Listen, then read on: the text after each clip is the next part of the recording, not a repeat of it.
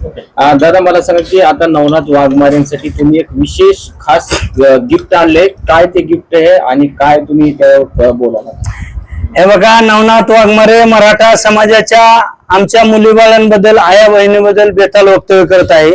त्या वक्तव्याचा निषेध करतो. हा नवनाथ वाघमारे हिजडा आहे.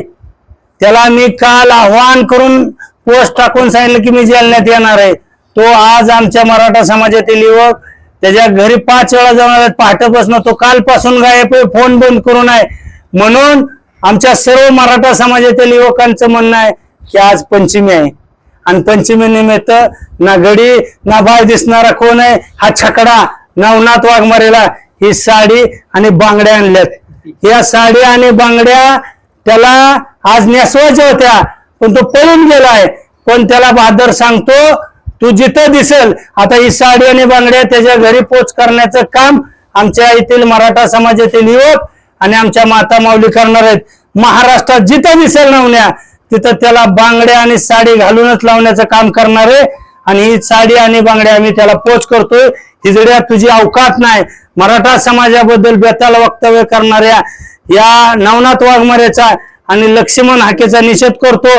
आणि ते काय सांगतोय, पोस्ट टाकून माफी मागत नाही. अरे तुला कोपऱ्यापासून धापऱ्यापर्यंत बडवल्याशिवाय मराठा गप बसणार नाही. आज तुम्ही नवनाथ वाघमारे यांच्या निवासस्थानासमोर आले, काय मागणी होती, काय केलं तुम्ही? महेश डोंगरे काल इकडे येऊन गेला. तो यायच्या अगोदर जर कल्पना देऊन गेला असता जालना जिल्ह्यात मी येतोय, आम्ही काही बांगड्या भरलेल्याच होत्या, आम्ही बांगड्या भरून त्याला बांगड्या भरवल्या असता. तो खरा मर्दाच्या अवलाद होता ना, तर त्यांनी कल्पना देऊन यायला पाहिजे होतं इथं आणि साडी चोळी घेऊन जायला पाहिजे होती.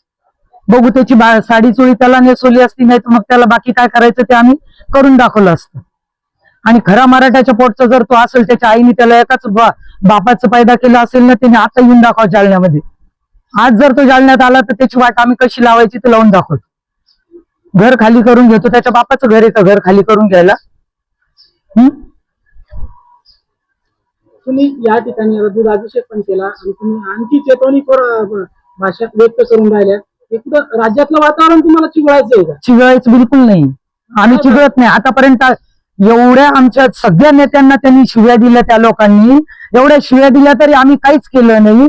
आता त्यांनी एवढं ते बांगड्या साडी आणून ठेवल्यामुळे आम्ही चिघळलेलो आहे. आणि आता आमच्या शेपटीवर पाय दिला तर आम्ही चिघळणार. इथून पुढे आम्ही तेच करणार, जे ते करतात तेच आम्ही करणार. आम्ही काही घाण लोकांचं नाव घेत नाही. आमची जीभ आम्हाला खराब करायची, कारण ते घाण लोक आहेत. घाण लोकांचं आम्हाला नाव घ्यायचं नाही. आम्ही ते खऱ्या मायबापाचे पोटचे तर आम्ही खऱ्याच मायबापाचे, आम्ही तर खोट्या नाही ना.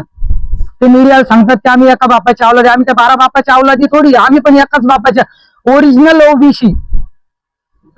ओबीसी मंगल खांडेबराट. आज आंदोलन कशा प्रकारे केलं आपण? आंदोलन केलं अशा प्रकारे की ज्यांनी आमच्यावर अत्याचार होऊ लागले, ओबीसीवर अत्याचार अन्याय होऊ लागले.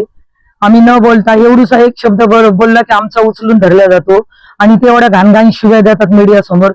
तर त्यावेळेस त्यांचे शब्द उचलला जात नाही का बरं? कशामुळं? अन्याय अत्याचार आम्हीच भोगायचे का सगळे?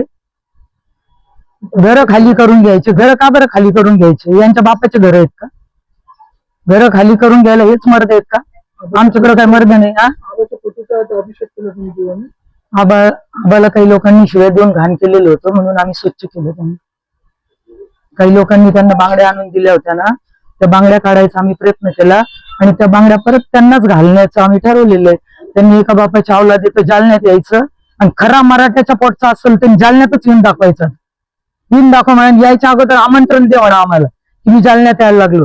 डोंगऱ्याला म्हणा तुला डोंगरात नाही फिरवलं तर नावच बदलून ठेवा आमचं पण. पूर्ण डोंगऱ्याने पळवतो त्यांना.